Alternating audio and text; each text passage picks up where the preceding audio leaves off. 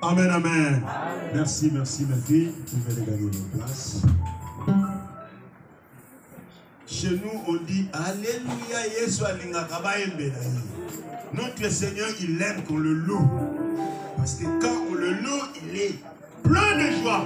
Et la Bible dit la joie de notre Dieu, c'est notre force. Là où il y a 2 ou 3 se réunis à son nom, il est parmi eux. Nous allons parler d'un thème très court, la présence de Dieu. Seigneur, me voici devant ton peuple que tu as franchi. Devant ta parole. Père, qui suis-je?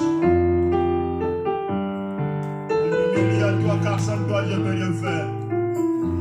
Cher Saint-Esprit, le Paraclet, c'est toi le prédicateur par excellence. Enseigne-nous les mystères cachés que tu as cachés aux hommes sages de ce monde. Mais plutôt tu les as révélés aux petits enfants que nous sommes. Nous sommes tes enfants, nous sommes les troupeaux de ton pâturage. Cette parole est la sienne, ce peuple est ton peuple. Dispose nos cœurs, Seigneur. Dispose nos consciences. Enfin, de recevoir cette parole, Père, comme une semence qui tombe dans une belle terre. Afin de produire les fruits qui sont dignes de la repentance. Pour la seule gloire de ton Seigneur. Nous aimerions contempler ta majesté, Seigneur. Tu veux nous parler au sujet de ta présence parmi nous, Seigneur. Oh, Père! Israël marche sous ta présence. Il a décrit que 40 ans dans le désert, même leurs habits ne s'appoillaient. Car ils étaient sous ta présence. Comble-nous de ta présence maintenant, cher Saint-Esprit. Confirme dans le cœur de tout un chacun. Témoigne dans l'esprit de chacun que nous t'appartenons. Au nom de Jésus. Amen. Amen, amen, amen. Est-ce que je peux voir ta main? Amen. Je salue ta présence, mon frère, ta sœur, ma sœur. Amen, amen. Amen, amen. Il y a un petit souci sur ce micro, donc ça m'oblige de crier. Cela veut dire que le son vraiment, tu le mets le plus tôt possible. Amen, amen. J'aime bien avec ces sons-là. Ça fait du bien écouter la parole de Dieu avec un petit son. Ça amen, amen. Nous avons un thème qui nous épinglait déjà sur notre écran, intitulé La présence de Dieu. Avant d'en parler, je suis reconnaissant à mon Dieu qui m'a fait grâce encore. Parce que ce n'est ni par la force, ni par ma puissance, mais plutôt par son amour. Il m'a sélectionné encore parmi les vivants. J'aurais dit, peut-être être dans la liste de ceux qui sont partis déjà. Cela veut dire, moi, il y a déjà longtemps, parce qu'il y a certains à laquelle nous sommes nés ensemble et ils ne sont plus. Nous sommes grandis ensemble, on a fait des études ensemble, mais ils ne sont plus en vie. Qui suis-je? C'est seulement sa grâce. Je bénis le Seigneur au travers de son serviteur, notre leader, le pasteur Séraphin qui m'a fait encore grâce de passer sur ce territoire devant la chair et parler de la part de notre Dieu, notre Papa, Dieu dans les cieux. Je salue la présence des serviteurs de Dieu, nos anciens,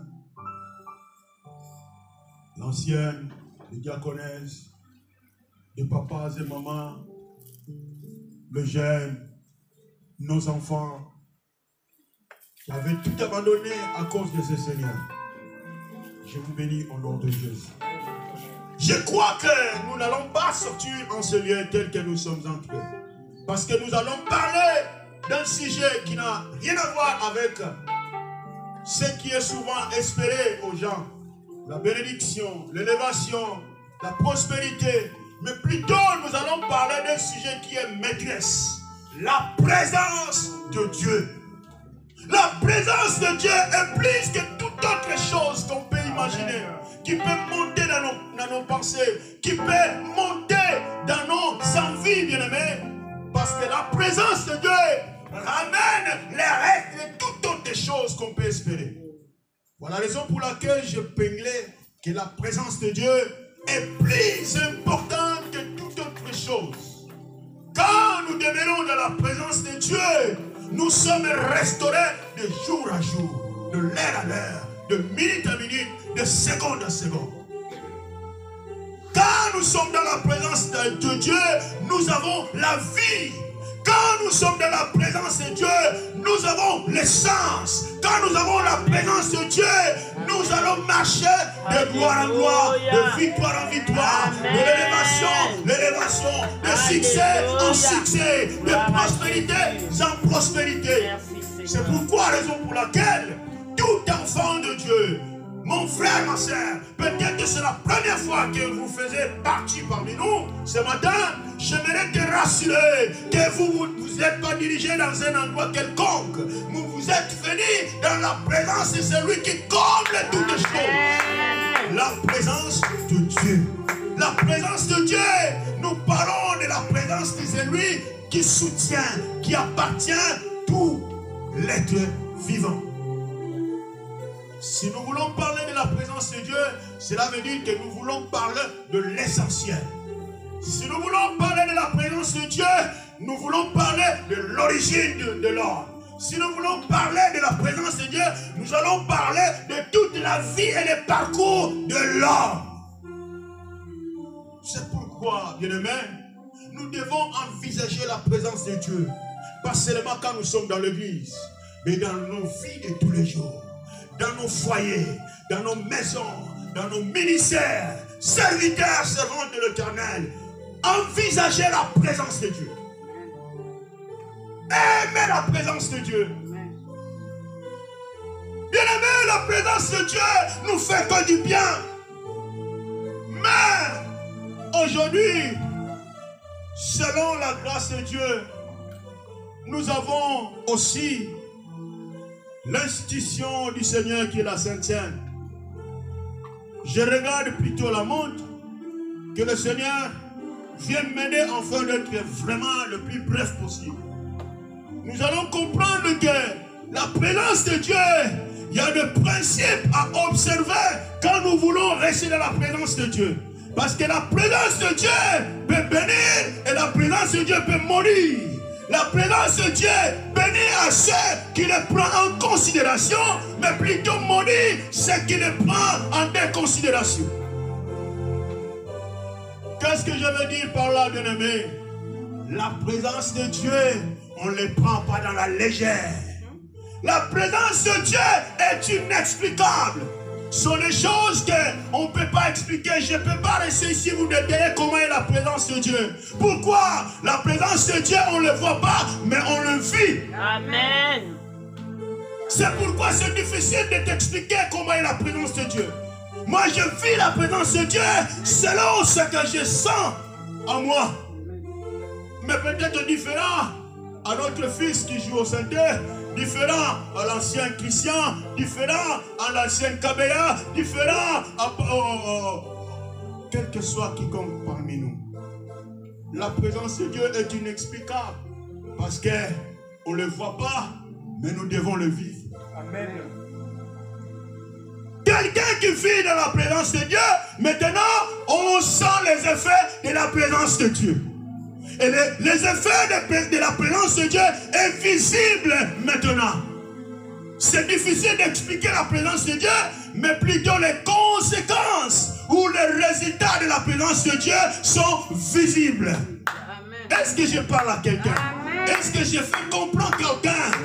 Bien aimé, je reprends encore. La présence de Dieu est inexplicable, mais plutôt les résultats de la présence de Dieu sont visibles, sont tangibles.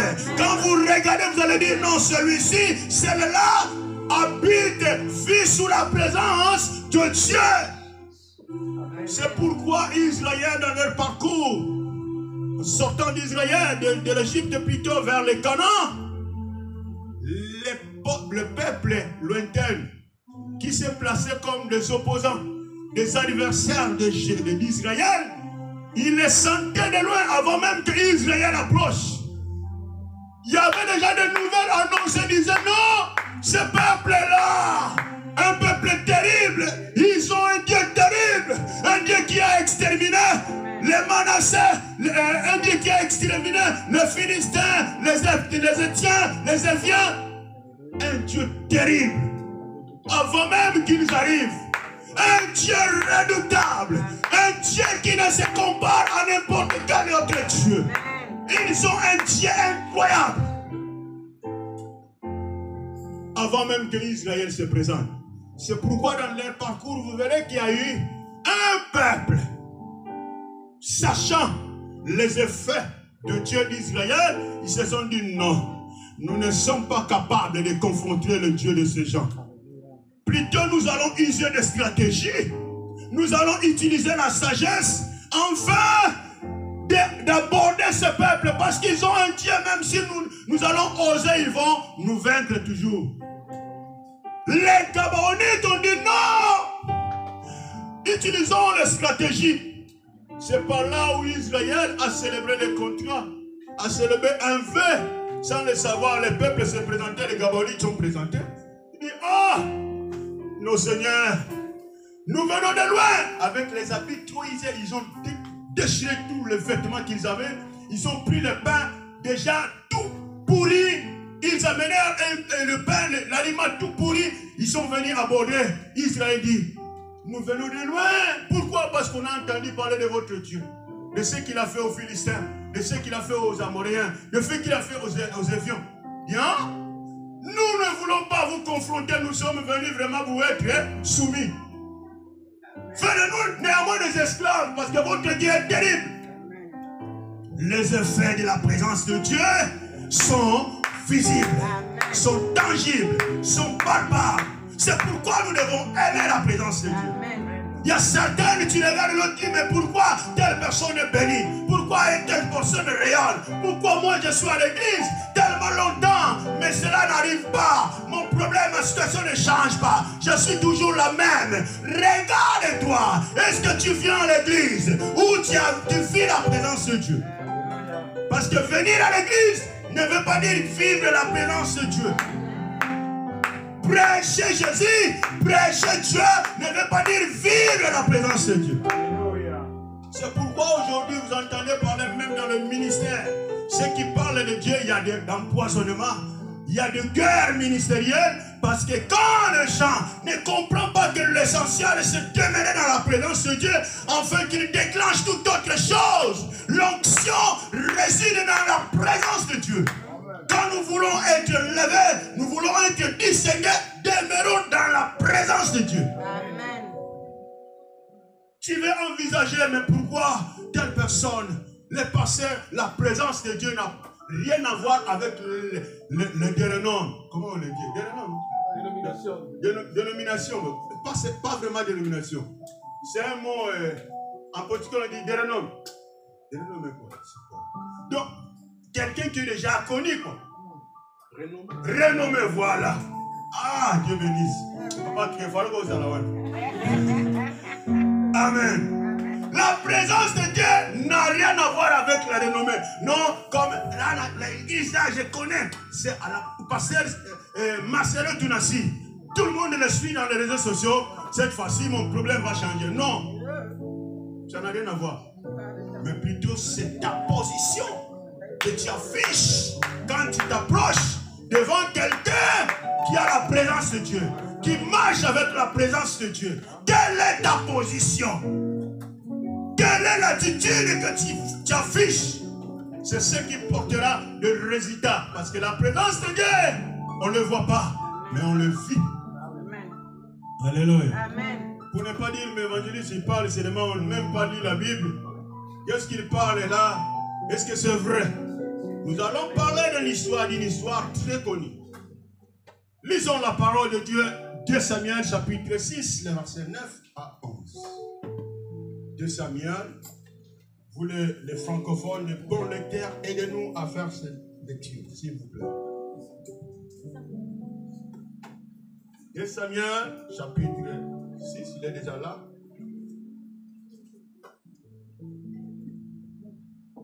Aide-nous pour la lecture.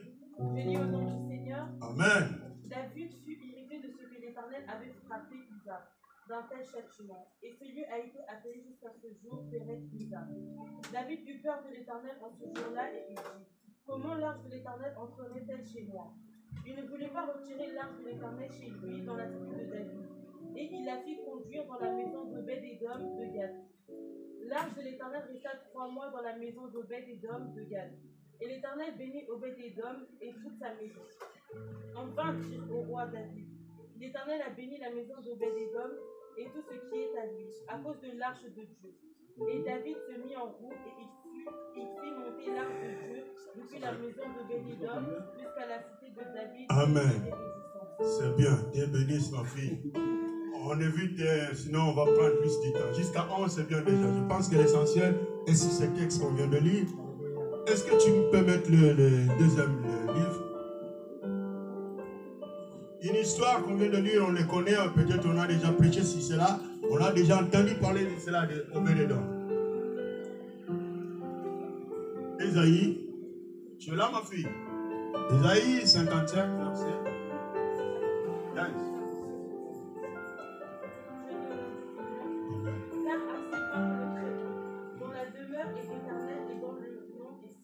J'habite dans les lieux élevés et dans la sainteté.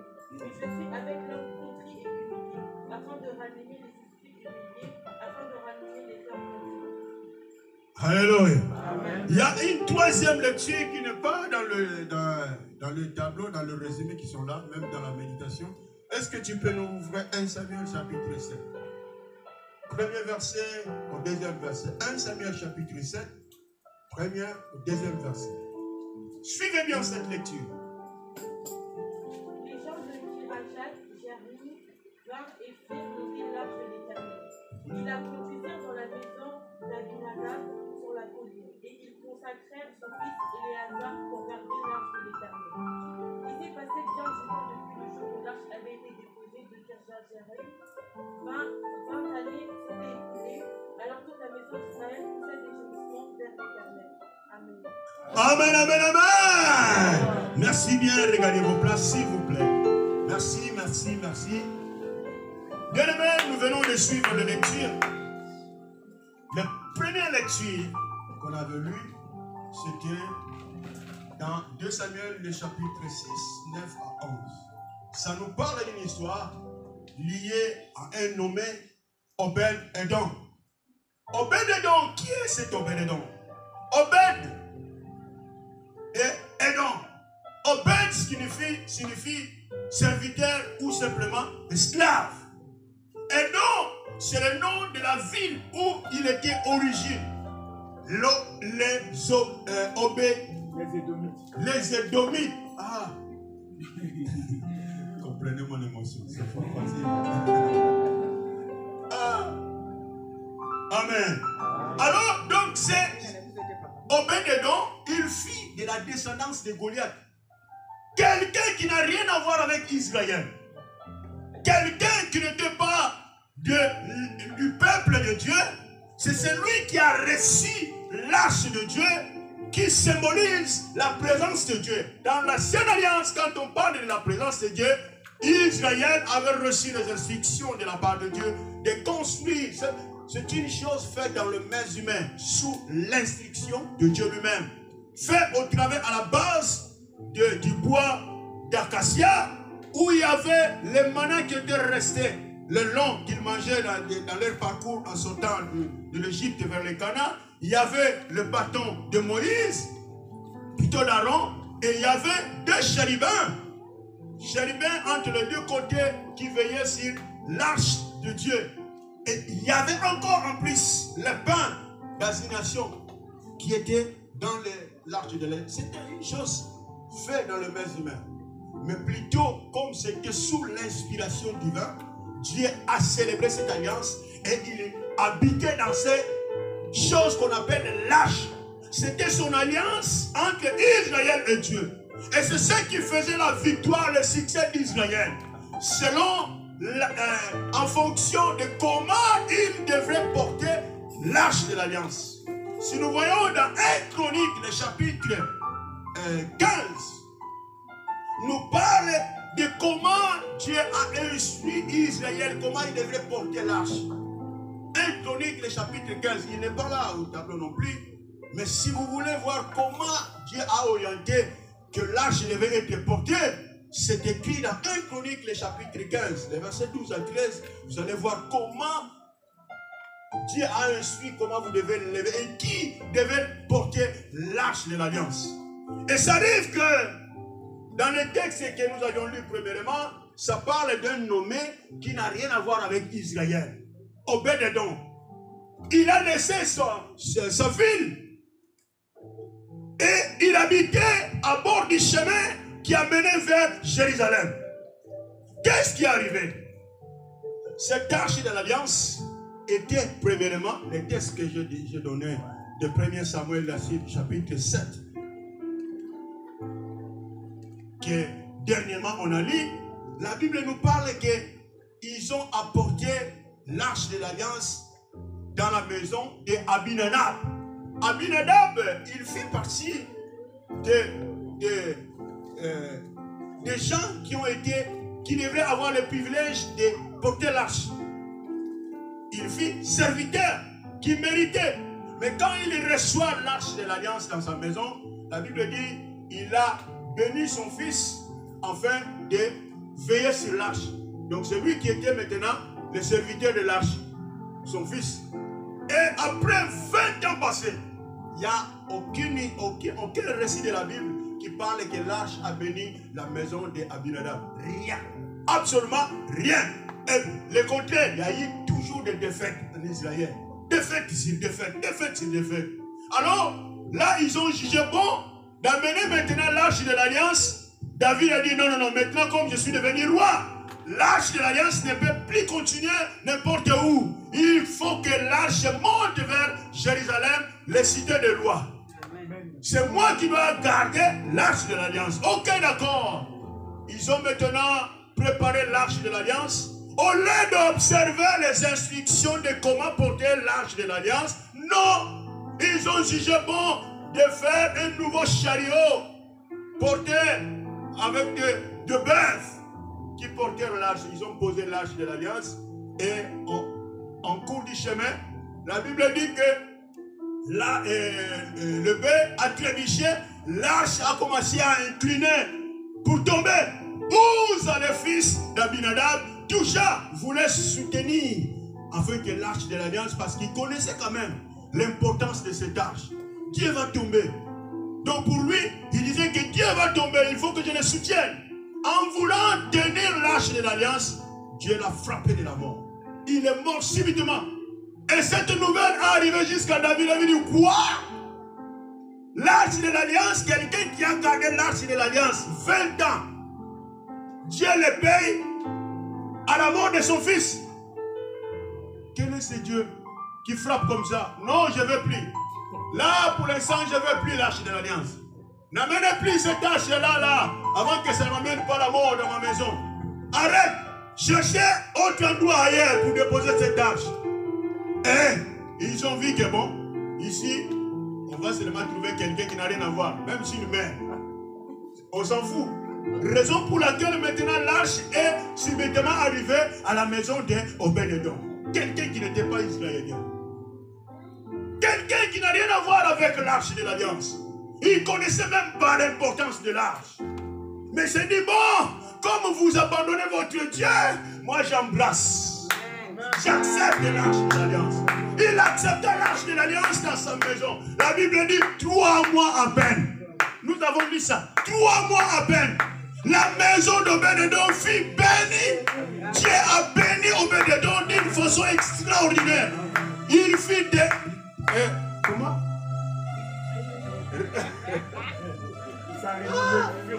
Ça va venir. Obed-Edom qui n'était pas connu, un esclave, quelqu'un qui n'a rien à voir, fut renommé en tout. Et maintenant la nouvelle retombe encore sur David. La première nouvelle c'était de la mort de Uza. Il dit, n'amène pas ces choses chez moi. Je ne veux pas. Et l'autre maintenant nouvelle qui arrive, là où tu as abandonné l'arche de l'alliance, l'incirconcis là qui a accepté l'arche de l'alliance, Dieu l'a béni. Premièrement, Obed-Edom avait un problème sérieux. Sa femme était stérile. Dieu a béni la femme d'Obed-Edom parce que l'arche de l'alliance était dans sa maison. Dieu a donné l'enfant. Dieu a commencé à bénir cet incirconcis d'une façon extraordinaire. Et au palais royal David ici, là où tu dors, le roi, tu dors. L'arche de l'alliance de notre Dieu bénit quelqu'un qui n'a rien à voir. Dis quoi? Là maintenant, moi je suis disponible. Je suis disponible, mais il faut que vous rameniez l'arche chez moi. Il faut que l'arche vienne. David a compris quoi? La présence de mon Dieu est en train de bénir quelqu'un qui n'est pas de mon Dieu. Non. Ramène-moi l'arche, je suis d'accord. Si je vais mourir cette fois-ci, que l'arche vienne me tuer. Mais j'ai besoin de sa présence ici. Hein? Obed-Edom reçoit la nouvelle. Et je suis persuadé. Ce n'est pas écrit dans la Bible. Mais je suis convaincu qu'Obed-Edom, quand il a su la nouvelle que l'arche va sortir, va quitter de chez toi, il devrait être dessus. Il dit, mais ce n'est pas possible. J'ai reçu l'arche de l'alliance qui est venue porter des bénédictions que je n'espérais même pas. Maintenant, vous voulez me les racher. Vous n'avez pas voulu au préalable. Moi, j'ai accepté, j'ai subi les conséquences. Maintenant, Dieu m'a béni. Votre Dieu m'a béni. Vous voulez l'arracher de ma main. Il dit, moi, je ne lâche pas l'arche. Si vous voulez prendre l'arche, moi, j'y vais avec l'arche. J'y vais. Obed-Edom dit, non, je ne quitterai jamais de la présence de Dieu. Je vais démêler. J'y vais à Jérusalem. J'oublie toutes les bénédictions que j'ai acquises ici en priorité de la présence de Dieu. Quelle attitude, quelle décision. Bien-aimés, nous venons dans l'église. Il faut que nous arrivions au niveau de distinguer que l'essentiel quand je viens à l'église, je dois vivre la présence de Dieu. Je dois marcher là où il y a la présence de Dieu. Là où Dieu n'est pas là, j'y vais pas. Si Dieu n'est pas là, je ne fais pas part. Si Dieu est là, je dois aussi. Israël bougeait. La Bible dit que la nuit et le jour, Israël dépendait de la présence de Dieu. Dans leur parcours, le jour, il y avait un nuée blanc. C'était seulement pour les protéger. Le désert tellement chaud, il a fallu qu'il y ait une protection afin de les protéger. Mais pas seulement. Si le nuée arrêtait, Israël était obligé d'arrêter. Parce que dehors la nuée, il n'y avait pas la protection.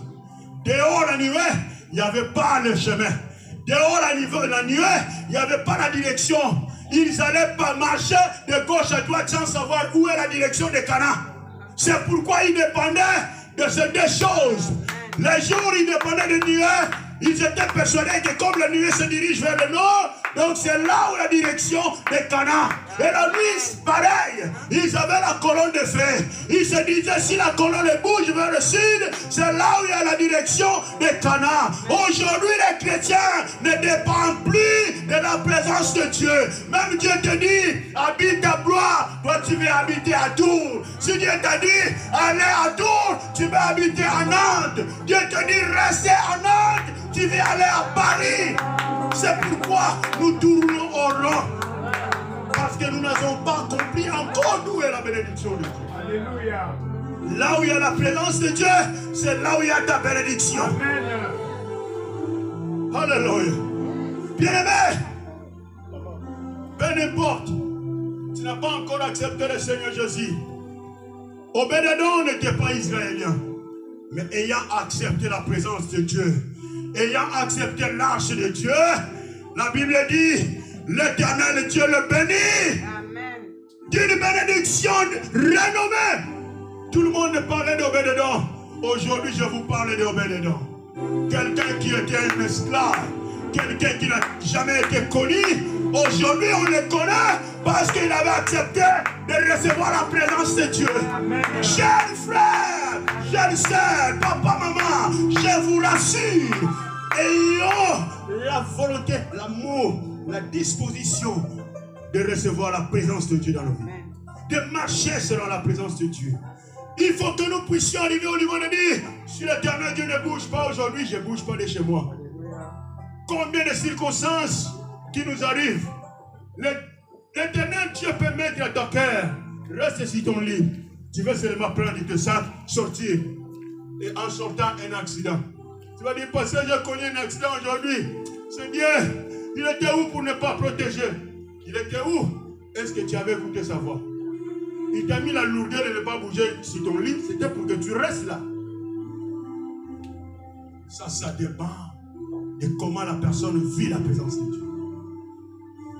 Alléluia. Alléluia. Est-ce que je parle à quelqu'un? Esaïe va nous parler la présence de Dieu.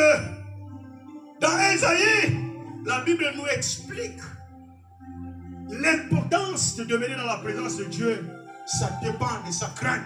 Épinglez-moi ces versets. Car ainsi parle le Très-Haut, dont le demeure est éternel et dont le nom est saint. C'est un Dieu qui est tellement saint. Sa présence doit être accompagnée de la sainteté. Il dit, j'habite dans le lieu élevé et dans la sainteté. Tu veux la présence de Dieu? Comment marches-tu? Comment entraînes-tu ta vie?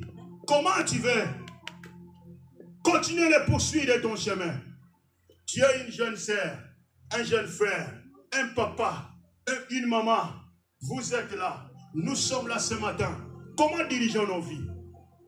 Oui, nous sommes à l'église. Oui, nous disons que non, nous sommes les passionnés de Jésus-Christ. Et est-ce que cette passion apporte-t-il la crainte de Dieu dans ta vie? Alléluia. Ce qui est important, c'est un Dieu qui habite dans le lieu très haut. Et dans la sainteté, nous voulons vivre la présence de Dieu, marchons dans la sainteté. Vous allez voir ce qui suit après. Nous allons voir ce qui accompagne ceux qui marchent dans la sainteté. Parce qu'il dépend d'un Dieu qui est saint. Mais je suis avec l'homme contrit et humilié, afin de ranimer les esprits humiliés, afin de ranimer le cœur contrit. Tu arrives devant la présence de Dieu. Comment est ton cœur? Comment brise-t-il? On dit, nous allons nous humilier, demander pardon. Toi, tu te sens déjà, moi je suis évangéliste.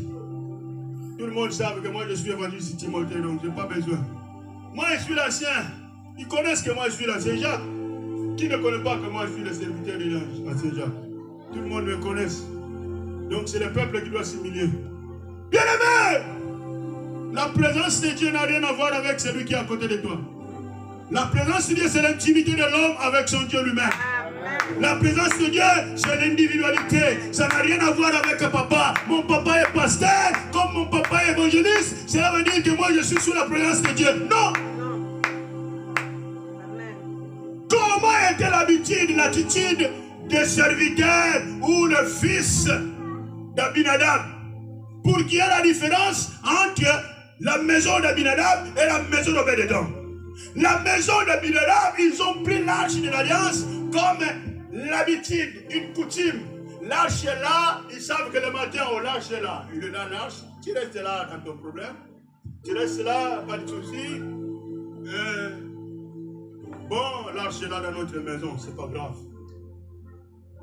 C'est pourquoi vous voyez que en amenant l'arche de l'alliance, comme Uza était déjà habitué avec l'arche, il a osé les toucher. On ne s'habitue pas avec Dieu. Oh non, moi je suis évangéliste. Je peux faire du n'importe quoi, c'est pas grave. Parce que Dieu m'a déjà choisi. Aujourd'hui, Dieu peut te choisir. Mais Dieu veut marcher, pas en tâtonnant. On peut chercher Dieu en tâtonnant, mais on ne peut jamais servir Dieu en tâtonnant. Il y a des choses. Quand on cherche Dieu, on peut tâtonner. Mais quand on veut servir Dieu, on ne peut plus tâtonner. On a des principes à observer, à respecter, à suivre. C'est pourquoi Moïse, Dieu l'a exterminé. Pourquoi? Parce que Moïse ne tâtonnait plus, il savait le principe. Que ce que Dieu dit, c'est ce que je dois faire. Ce que Dieu n'a pas dit, je ne peux pas oser. Il a osé de faire ce que Dieu ne l'a pas dit. Dieu a dit, le Canaan est là. Mais toi, tu n'entres plus. Je susciterai quelqu'un d'autre pour te remplacer comme tu veux te faire placer à ma place, c'est fini ta mission. Arrête par là. Bien-aimé, il y a les morts subites, il y a les morts prématurées pour les gens qui blaguent avec la présence de Dieu. On ne blague pas avec la présence de Dieu. Surtout les gens. Attention, je vous interpelle. On ne se moque pas de Dieu. Ce que l'homme sème, il le moissonnera. Si nous voulons être bénis, observons le principe de rester dans la présence de Dieu. Ça va nous porter des bénédictions. Alléluia. Nous allons lire le dernier verset parce qu'on n'a pas vraiment le temps. Actes chapitre 17, le verset 28.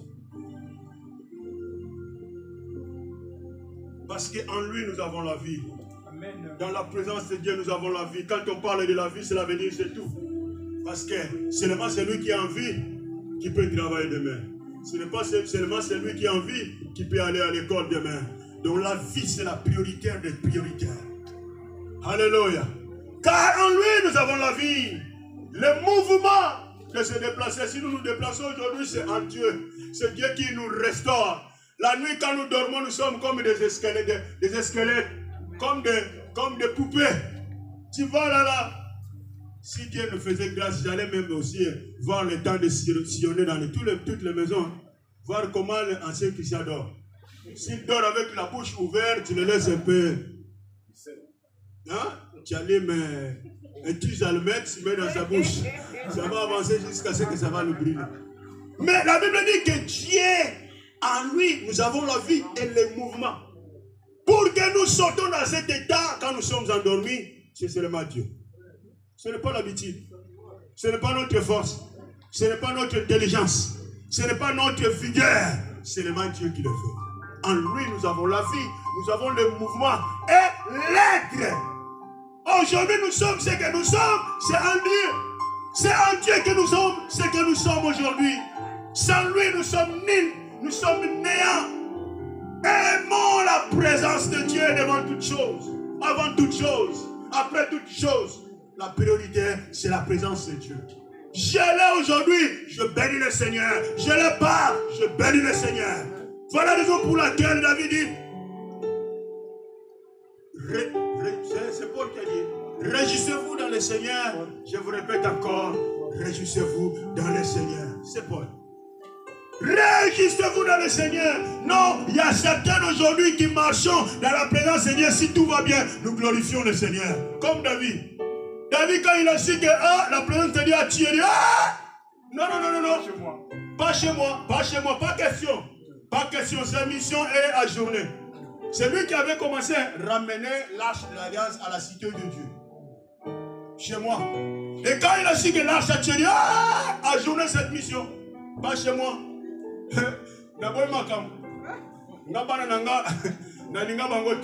ne veux pas que là je vienne tuer l'un de mes enfants. J'aime trop mes enfants.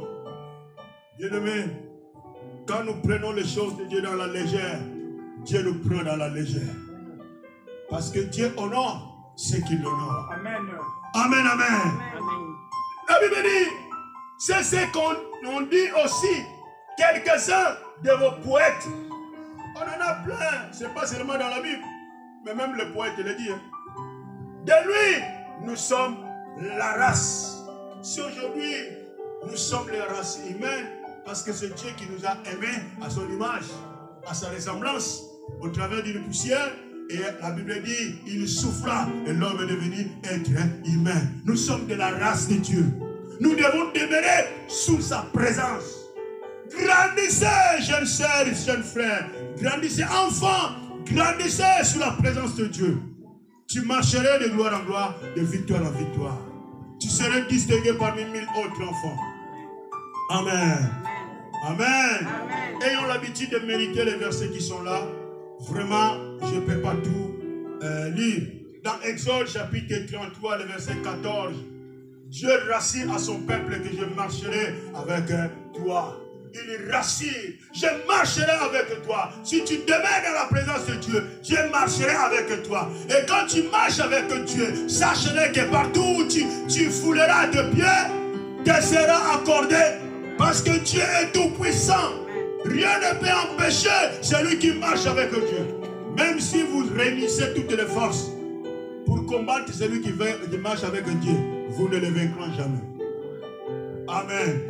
Amen. Amen. Que Dieu vous bénisse. Gloire au Seigneur. Gloire au Seigneur. Gloire au Seigneur. J'aime la présence de ce Dieu. La présence de ce Dieu me fait tellement du bien.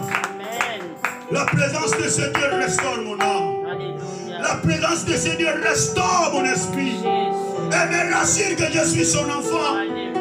Même si je marche dans l'ombre de la vallée de la mort, je ne crains aucun mal. Car son bâton, sa roulette me soutiennent. J'aime la présence de ce Dieu. Bien-aimé, aujourd'hui c'est un jour merveilleux. Il y a l'extinction. Parce qu'il y a une fête au ciel. Il y a une fête dans le ciel pour 5 hommes qui se sont repentis, qui se sont convertis. Nous avons des bébés aujourd'hui. Nous avons des bébés.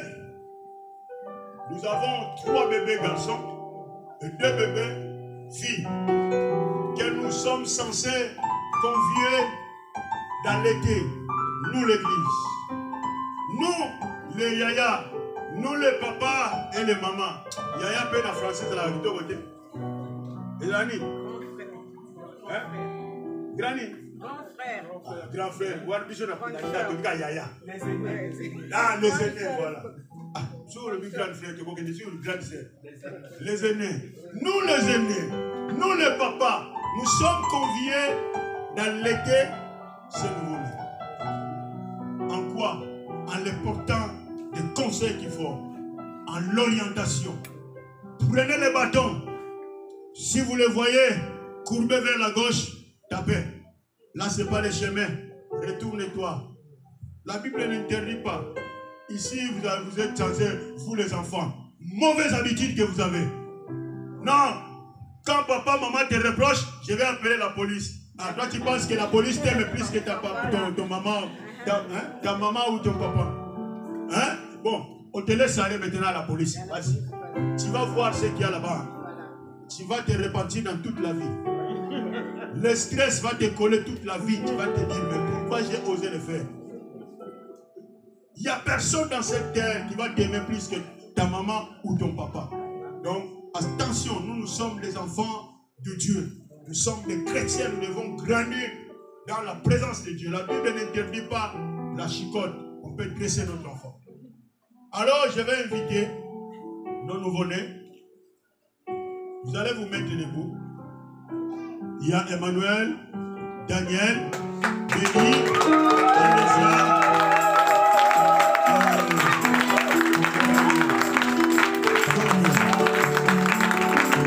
Nous avons nos 5 bébés là.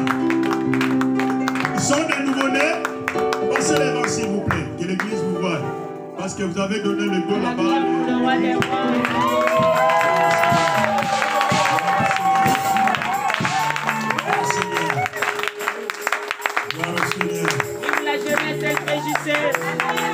Gloire au Seigneur.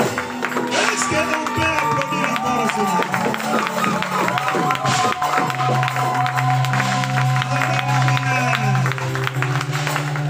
Amen, amen, amen. Amen. Nous avons vu nos enfants. Ils ont écouté à une voix qui criait. Ça, c'est ma fille cadette dans l'air clos. Amen. Et j'ai mon fils cadet. Et puis, comme s'il était le plus âgé. Non, c'est le plus bébé. Amen.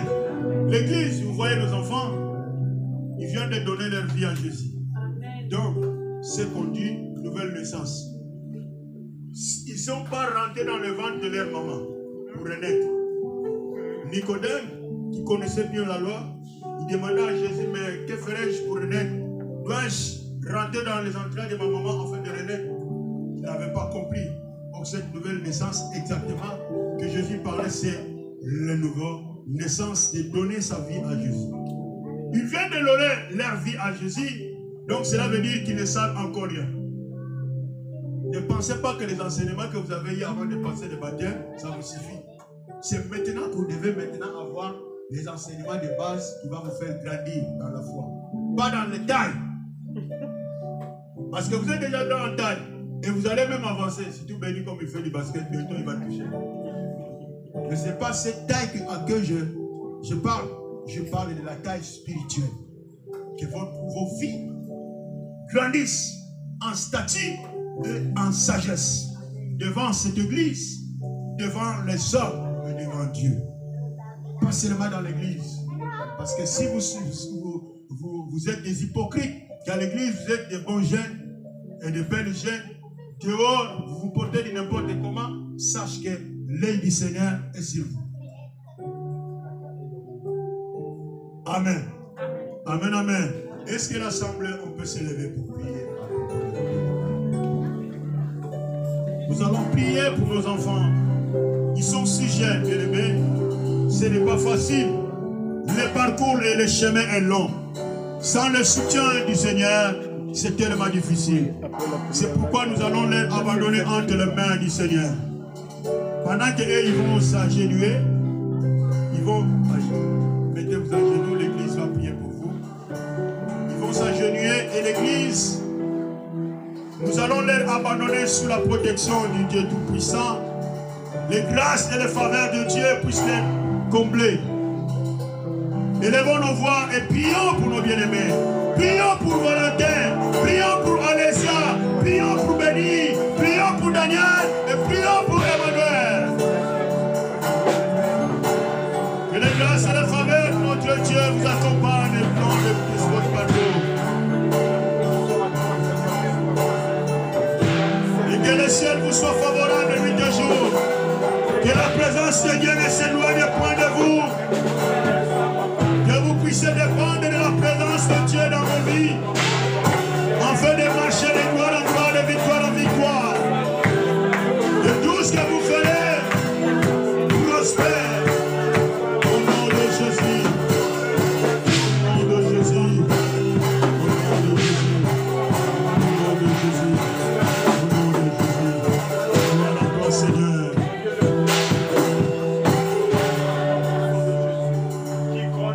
Gloire à toi, Seigneur. Merci, Seigneur. Merci, Seigneur. Amen, amen. Amen, amen. Merci, vous pouvez regarder.